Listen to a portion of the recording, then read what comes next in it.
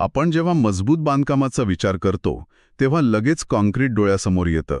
पण त्यात एक असा घटक आहे ज्याकडे आपलं पटकन लक्ष जात नाही, म्हणजे ॲग्रिगेट्स, खडी आणि वाळू. अगदी.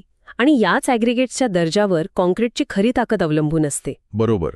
म्हणूनच आज आपण या ॲग्रिगेट्सची गुणवत्ता तपासण्यासाठी जे भारतीय मानक आहे IS 2386 त्यावर जरा सविस्तर बोलणार आहोत.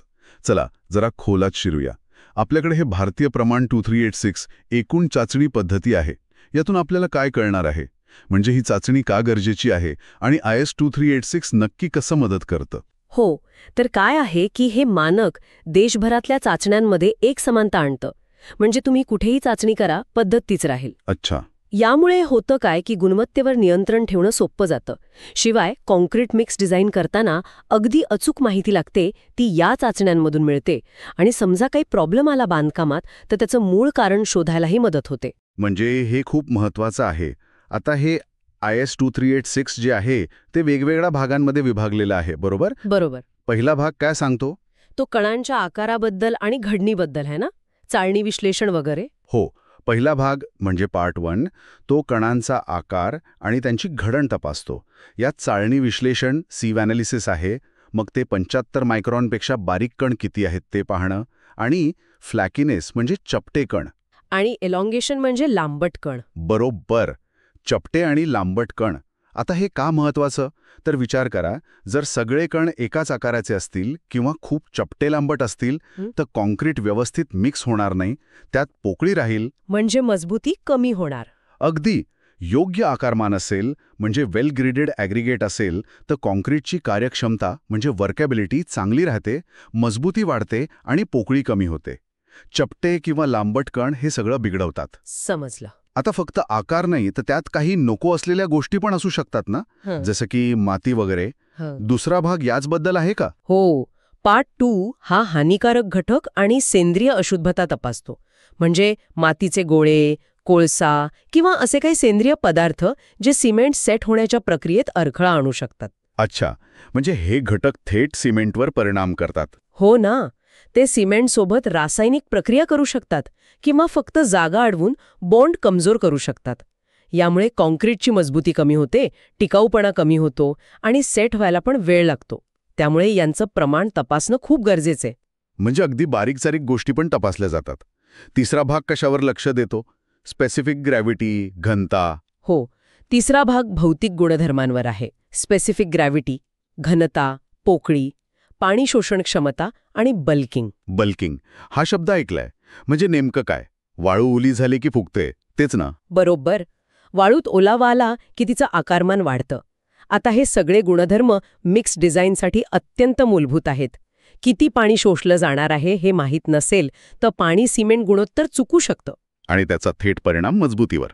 अगदी. आणि बल्किंगमुळे जर वाळूचं प्रमाण मोजण्यात गडबड झाली तर पूर्ण काँक्रीटचं प्रमाणच बिघडू शकतो. म्हणून हे महत्वाचं आहे. बरोबर. आता येऊया ॲग्रिगेट्सच्या ताकदीवर, म्हणजे ती किती भार सहन करू शकते. चौथा भाग याचबद्दल आहे का? Aggregate crushing value, impact value, ही नावं जरा टेक्निकल वाटतात. हो, पार्ट 4 हा मेकॅनिकल प्रॉपर्टीज म्हणजे यांत्रिक गुणधर्मांबद्दल आहे.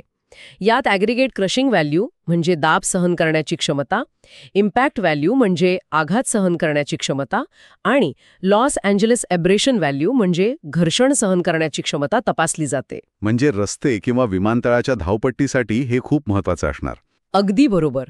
जिथे जास्त भार येतो किंवा सतत वापर होतो तिथल्या ॲग्रिगेट्सची ही क्षमता चांगली असायलाच हवी.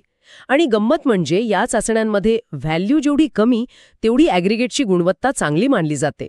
अच्छा, व्हॅल्यू कमी म्हणजे गुणवत्ता जास्त. ठीक आहे, हे झालं लगेचच्या ताकदीबद्दल. पण दीर्घकाळ टिकण्याचं काय? त्यासाठी पण काही चाचण्या आहेत? नक्कीच. भाग 5 हा साऊंडनेस टेस्टबद्दल आहे. म्हणजे हवामानातील बदल जसं थंडी, उष्णता किंवा ओलावा, कोरडेपणा यांना ॲग्रिगेट कसं तोंड देतं ते तपासलं जातं. ते खराब तर नाही ना होणार. महत्वाचं आहे हे पण. हो. मग भाग 6 आहे तो फाईन ॲग्रिगेट म्हणजे वाळू. मॉर्टर बनवण्यासाठी कशी आहे ते पाहतो. भाग 7 अल्कली ॲग्रिगेट रिॲक्टिव्हिटी AAR तपासतो. काही ॲग्रिगेट सिमेंटमधल्या अल्कलीसोबत रिॲक्ट करतात आणि कालांतराने काँक्रीटला तडे जातात. अरे बापरे, म्हणजे ही तपासणी पण गरजेची आहे. हो, दीर्घायुष्यासाठी फार महत्वाची. आणि भाग 8 पेट्रोग्राफिक तपासणी करतो, ज्यात मायक्रोस्कोप खाली ॲग्रिगेटची खनिज रचना तपासली जाते. बापरे, म्हणजे IS 2386 हे फक्त एक डॉक्युमेंट नाहीये, तर आपल्या इमारती, पूल, रस्ते या सगळ्यांच्या सुरक्षितेची आणि लाईफची एक प्रकारे गॅरंटी आहे. ते ॲग्रिगेट्सच्या गुणवत्तेची खात्री देतं. अगदी अचूक बोललात.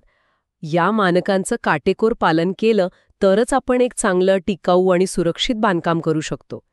प्रत्येक चाचणी आपल्याला ॲग्रिगेटच्या एका विशिष्ट पैलूबद्दल सांगते, जो शेवटी कॉन्क्रीटच्या कामगिरीसाठी महत्त्वाचा ठरतो.